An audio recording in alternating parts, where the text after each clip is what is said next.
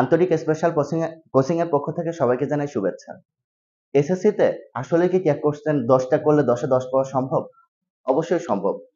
তোমরা বোর্ডে দেখতে পাচ্ছ 10টা ট্যাগ কোশ্চেন লেখা আছে। এই 10টা নিয়মের মধ্যে আমি আশা করি অবশ্যই তোমাদের বাঁধবে। তো আসো আমরা শুরু করি। প্রথম যে সেন্টেন্সটা দেখতে পাচ্ছ লেখা আছে we hardly forget the class. আমরা দেখব যে আমাদের ভার্বটা আসলে কোথায়। ফরগেট একটা ভার্ব, ফরগট হচ্ছে তার পাস্ট টেন্স, তার মানে এটা প্রেজেন্ট টেন্সে আছে। তাহলে প্রেজেন্ট টেন্সের অক্সিলারি ভার্ব যদি না থাকে তাহলে আমাদের ডু বা ডাজ দিয়ে করতে হয়। প্লুরাল যেহেতু নাই বা এস নাই সেহেতু আমাদের ডু দিয়ে করতে হবে। ডোন্ট উই হওয়ার কথা ছিল, কিন্তু হার্ডলি নিজেই নেগেটিভ থাকার জন্য আমাদের হবে ডু উই। সেকেন্ডে আসি, none can deny the proposal. Can, could, may, might, shall, should, will, would, ought to, have to, has to, এগুলাকে বলা হয় মডাল অক্সিলারি ভার্ব। এগুলা থাকলে আমাদের অবশ্য এই মডাল অক্সিলারি নিয়েই কাজ করতে হবে। তো নান এর সাবজেক্টিভ ফর্ম হচ্ছে দে, তো আমরা করব ক্যান দে। কারণটা হচ্ছে নান নিজেই নেগেটিভ, তো নেগেটিভ থাকলে অবশ্যই আমাদের আর নট এই পাশে আসবে না। প্রথমটা দ্বিতীয়টা সেম। থার্ড সেন্টেন্সটা যদি দেখি আমরা, let's have a walk.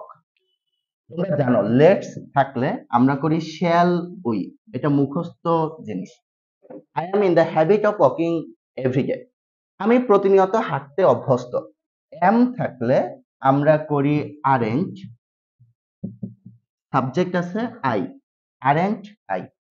Every mother loves a child, loves থাকলে আসলে ডাজ হওয়ার কথা ছিল, প্রথমে আমরা দেখছি, কিন্তু আমাদের সাবজেক্ট যেহেতু দে, দের পর কখনো ডাজ হয় না, তার জন্য আমাদের হবে don't they. Avoid the bad friends, এইটা আমরা দেখতে পাই এখানে কোনো সাবজেক্ট নাই। অমিটিং সাবজেক্ট যদি কোনো সেন্টেন্সে থাকে তাকে বলা হয় ইম্পারেটিভ সেন্টেন্স। ইম্পারেটিভ সেন্টেন্সে ট্যাগ কোশ্চেন করার সময় তোমাদের মুখস্থ জিনিস লিখতে হবে, উইল ইউ বা won't you. The mother rose in her, এই বাক্যটা দেখলে মনে হয় যে এখানে মে বা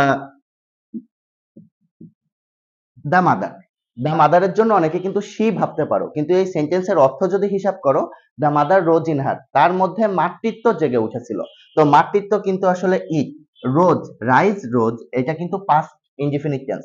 পাস্ট যদি থাকে তাহলে হবে ডিডেন্ট ইট।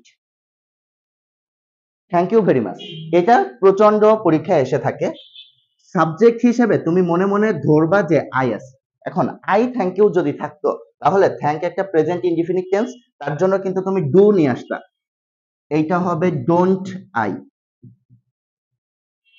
আই কিন্তু থাকবে না, তুমি সবসময় মনে করবা যে এখানে আই আছে।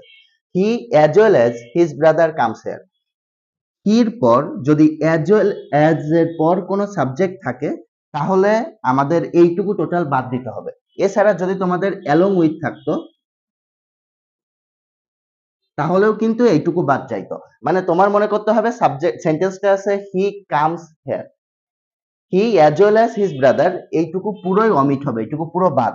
তো হি কামস হিয়ার